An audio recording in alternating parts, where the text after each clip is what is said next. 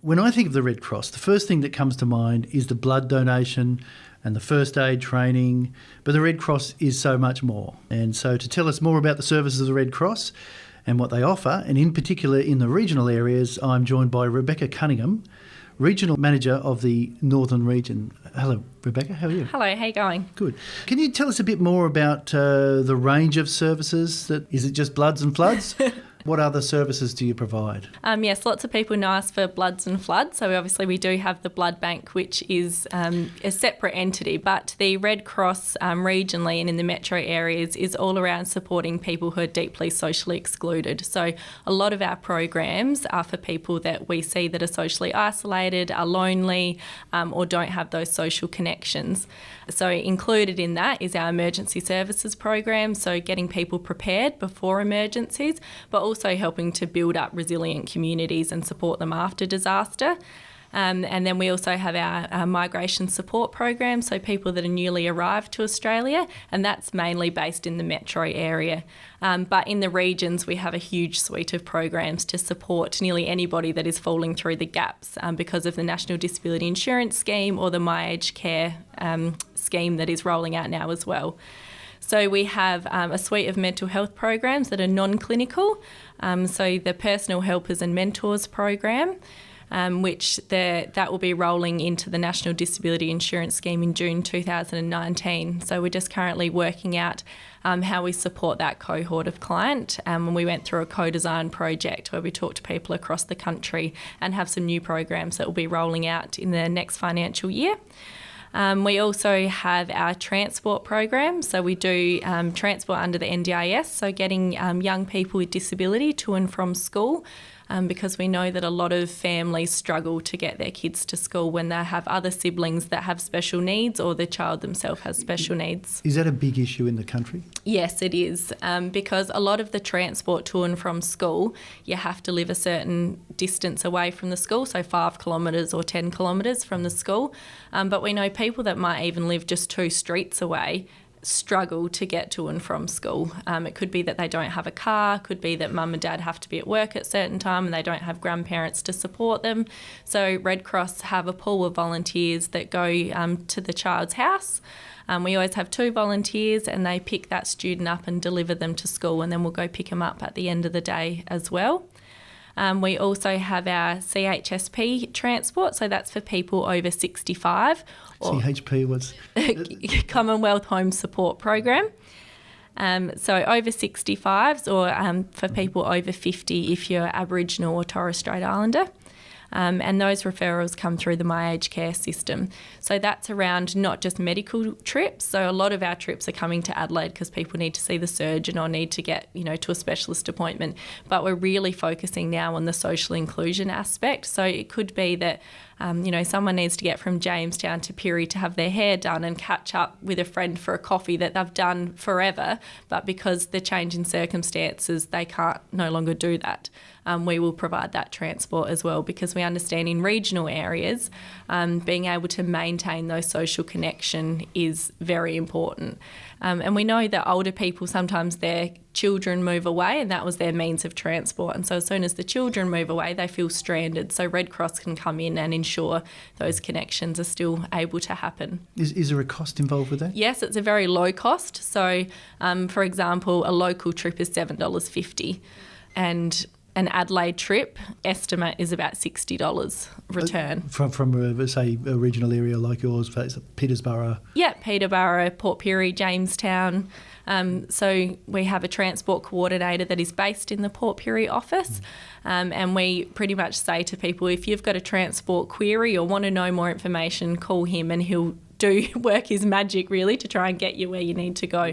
So we have amazing volunteers who, just go out of their way to make sure that we can get people, to different places across the region. Because when you live regionally, I look and I go, if I didn't have a licence or couldn't drive, I would be, stuck at home, wouldn't be able to get very far. So even just shopping, going down to get your milk and bread, sometimes it's just a 5-minute trip, but it makes all the difference in people's lives. I know that when we talked recently, we had some problems in Peterborough with people wanting to get to Food Bank at Port Pirie. Yeah, so we have the food bank delivery that comes every fortnight to the Port Pirie office and also to the Port Augusta office as well. But as part of the Personal Helpers and Mentors program, we have staff that are going out to Peterborough every day or every second day to see participants that live out there. So we already have the resources going to Peterborough. So now we have volunteers that come into the office and they package up the food that we get from the food bank into hampers, and we can then deliver that out to those regional areas. So this week we delivered one to a young family who have just moved to Bullaroo, and they have no transport. They can't get into Pirie to do their shopping. They've got young kids, so we were able to, package up all of that food and deliver it to them. And just that difference of having fresh fruit and veggies and things that you can't always get in those small towns as well. It's a great service to be able to provide. And do you partner in with some of the other services in those regions? Yep. So, Uniting Country we partner with a lot. So we work with them, especially across the suicide prevention networks and the local drug action teams. We all work really collaboratively. With the Salvation Army, they actually share our office space in Port Pirie. So that's, an added bonus for our clients because we can bring them into our office, do their appointments, but then can refer them on to the financial counsellor as well. And then with the food bank deliveries, they've had their financial counselling appointment and they can get some food on the way out. So we like to look at the services that we offer and then sort of look at what other added bonuses can we give our clients, because sometimes we're getting people to come into the office, which can be a 2-hour round trip, or we've got staff to go and get them to bring them into the office. So when they're in there, what else can we do to make sure that when they walk out of that office, they're getting their needs met? Obviously, we can't fix everything, but some of those little things that make a big difference in people's lives, like fresh fruit and meat and transport, are things that we can provide. And community connections, can you talk a bit more about community connections? Yeah, so Community Connections is a social inclusion program. So we understand that people in the regional areas often can't get to a lot of those social activities like they can in the metro region because there's not a bus or a taxi available. What sort of events are you talking about? So we've got some light physical activity events. So we do Tai Chi. We just do morning teas sometimes, do threads and yarn, so people can come in and do some art and craft type activities.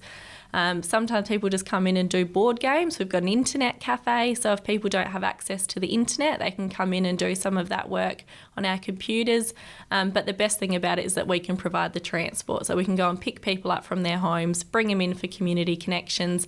They can interact with other people, and then we get them home safely. And if the food bank delivery's been there, they can take some food home too. That's fantastic. 2 programs that I would like to talk about is the telephone support programs and social support. So telephone support, we have the safety calls, which used to be called Telecross, and a lot of people know it as Telecross. So that happens in the mornings from 7:30 in the morning till 10 o'clock, and we call as many, I think from our office we actually call over 150 people, but across the state we call thousands of people.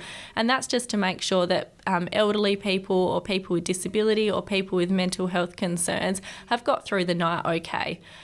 So we've got a process where we call them and we have a chat. How did you go? Yep, all good. And, then they get the call the next day. But if they don't answer the phone once, we then try again in 5 minutes. If they don't answer, then we start an escalation process. So we can call their loved ones and say, they haven't answered the phone this morning, can you go do a welfare check? If we can't get in touch with their next of kin, then we can obviously contact the police or ambulance and they will go and do a welfare check for us.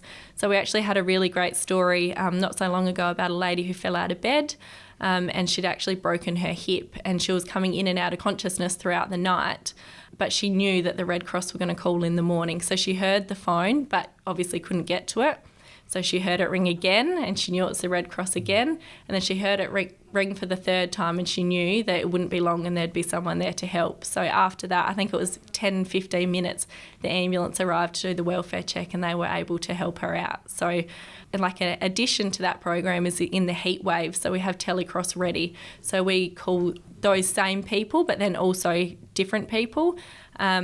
just to check that they're going okay in the heat. Have you got your air conditioner on? Is everything okay? You're drinking water? So the same sort of process. It's just a check-in to make sure they're going okay. And if we have a concern, then we can undertake that escalation process. And is that requested by the person, or it could be requested by anybody? Children worried about their parents? It can be self-referred. It could be from the another service provider. It could be from the children, and that's just a matter of contacting Red Cross, and you go on the database, and then we can do those calls when we're activated. And then we also have the social support program, which is one-on-one visiting for elderly people. So we know, a lot of elderly people have lived in their home with their husband and wives for many years, and then if one of the husband and wife passes away, that person becomes quite lonely, and they just need someone to have a chat, a cuppa. And it's great when it's family and friends, but it's also nice for a new connection. So we can match a volunteer based on their likes, interests, common goals, and they just go in and have a chat. Sometimes they might take them out for a cuppa. They might bring them into the office. It's really just based on what that individual would like. Is this more country-based? Yes, yep. So it's strictly for the country? Yeah, and at the moment it's particularly in that mid-north region is where that program is flourishing at the moment, and we have some wonderful volunteers who do a great job in that program. So how does somebody get in contact with your region or any of the other regions? Yep, so you can, for people that have access to the internet, they can go onto the website. But we're also finding now a lot of people are contacting us through our Facebook pages. So each of the regions have their own Facebook page. So we're the Australian Red Cross Northern Region, and if you contact us through that Facebook page, that's the Port Augusta office, the Port Pirie office. We've also got a worker based in Clare, so that will get to us there. Or you can contact any of the local offices. So in my region, we've got Cooper Pedy, like I said, Port Augusta, Port Pirie and Clare. So we all have our own phone number.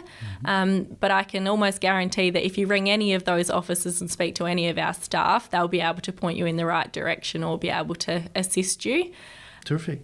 Well, Rebecca Cunningham, thanks for being part of the Affordable SA community. Thank you.